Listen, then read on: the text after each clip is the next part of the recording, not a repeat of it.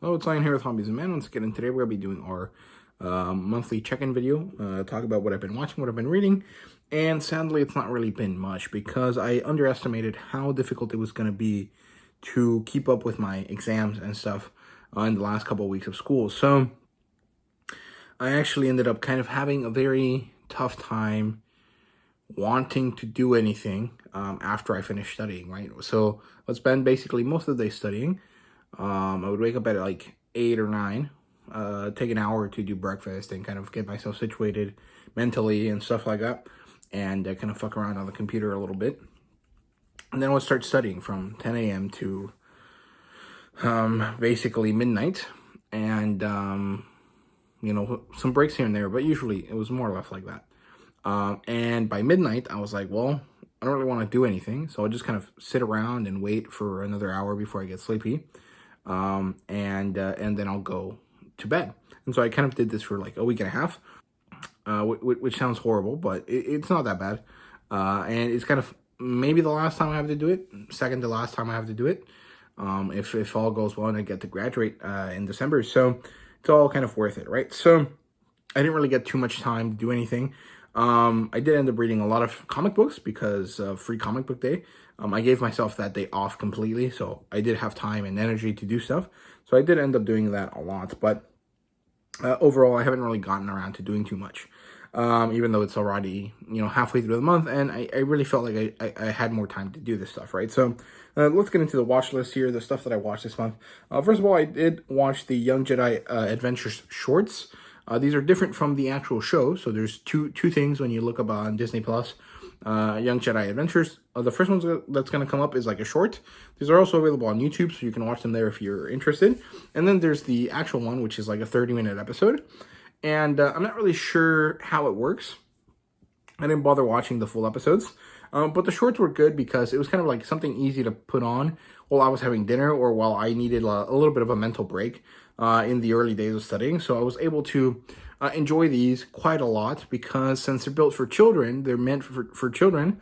The plot lines are rather simplistic, but still kind of satisfying to kind of enjoy, right? So I had a lot of fun watching this. I don't think I'm going to watch the full 30-minute episode one because 30 minutes is a lot more than like 2 or 3 minutes that I can tolerate this kind of like kiddish, very simplistic type of storytelling.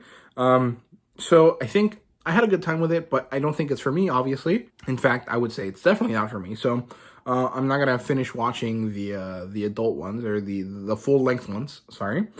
So that's my experience with Young Jedi Adventures, and that's kind of the end of it, right? Moving on to Star Wars Visions, I really enjoyed this second season. It was really interesting to have very large amounts of variety, right? Like the first season was all anime, and each anime studio did have a different style, but ultimately the way that things moved, the way that things felt were the same, even if the visual aspect of them was quite different. In this case, I think the feeling of difference was amplified a lot because not only did they not look the same, but they moved differently. There was different language involved in the way of showing motion, so I really enjoyed that. I already did a review, so you guys can watch that if you guys want my full thoughts. But generally speaking, I enjoyed it. I thought it was fun.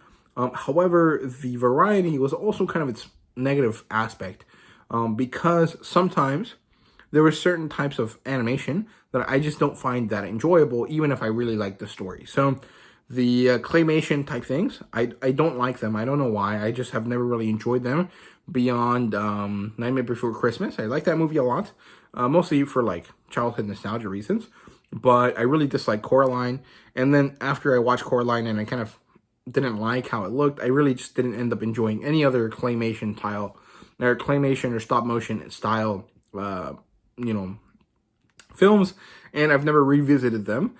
So seeing some in the Star Wars thing was interesting in the sense that like, oh, I can really appreciate how long this took because I understand how stop motion works, but as a person that is judging my enjoyment, on certain things, the fact that it was stop motion animation, made some of the episodes feel less good than they really should have been to me because I wasn't interested in the style of animation, right? So Maybe this is kind of a very superfluous kind of way of looking at things, or maybe it's one that's completely, valid. It really is up to each individual person. For me, I feel like it's a pretty valid, understandable thing to do, because even though I don't like the animation, I can still enjoy the story. It's just that it doesn't hit as hard, or I don't like it as much because I don't like the animation, right?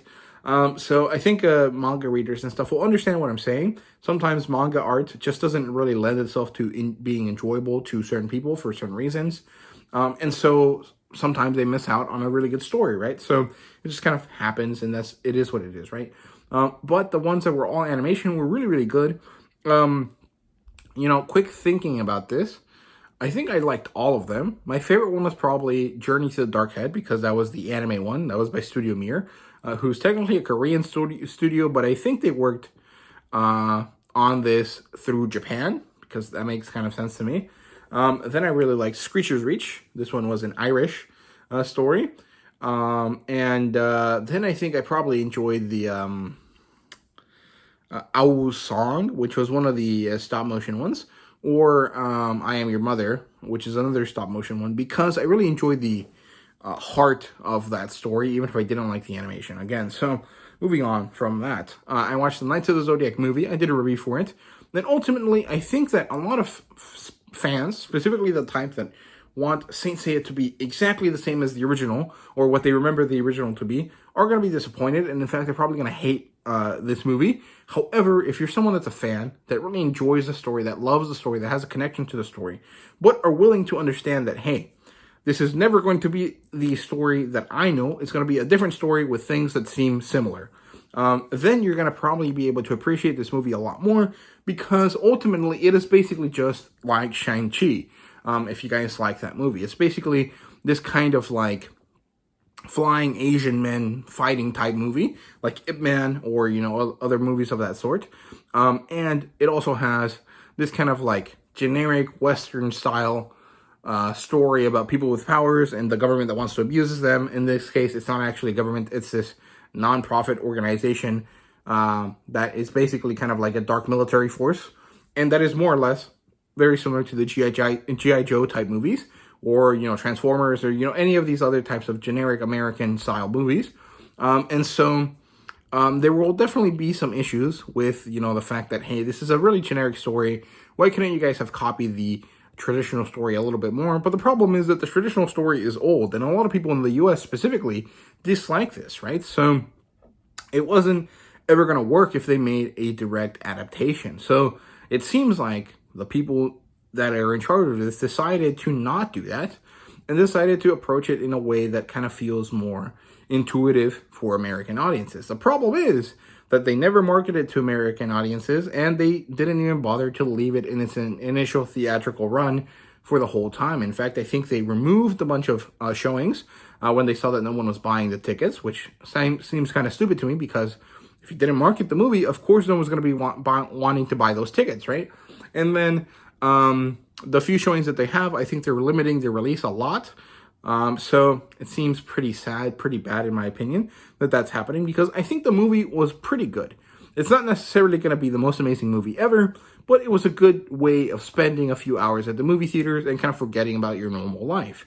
It was cool. It kind of had that kind of Power Rangers feel to it, because it is more or less teenagers with attitude saving the world, right? So it has a lot of things that seem to be primed to be enjoyable for American audiences. The problem is that sometimes American audiences are not willing to give it a chance.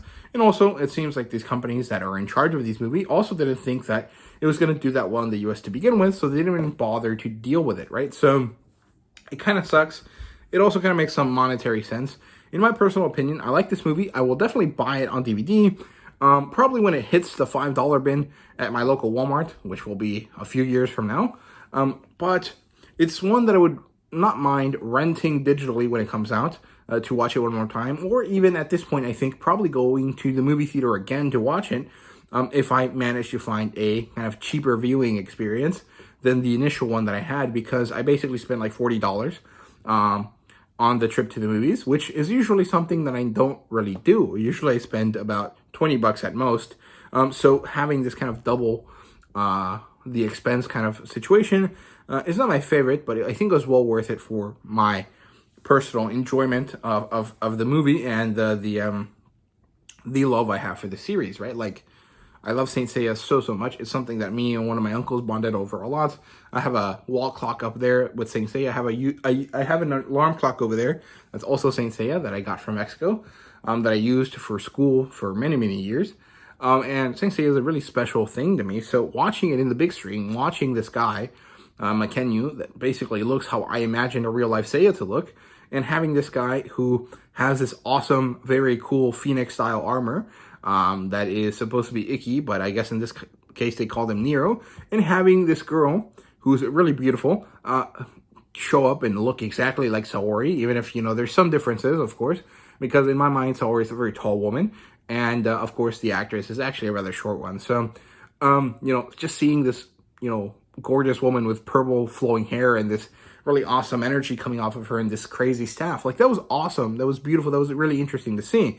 And I really enjoyed it. Was it as good as a Marvel movie? No, because there's like 4, 5, 7 times as much money thrown at Marvel movies than there is to Saint Seiya. So, of course, it wasn't going to be as amazing, and it kind of sucks, but also it's fine because I liked it. So it's all good. I don't know.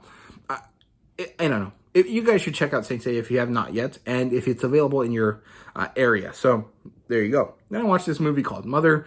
It's starring J-Lo, which is interesting, and I watched it on Netflix with my family because I'm visiting them right now. And it wasn't a horrible movie, but it kind of just felt like a Bourne movie, like specifically Bourne Legacy, the one with Jeremy Renner. But it also kind of felt a little bit like a Lone Wolf and Cub type story, which is a very common type of story right now.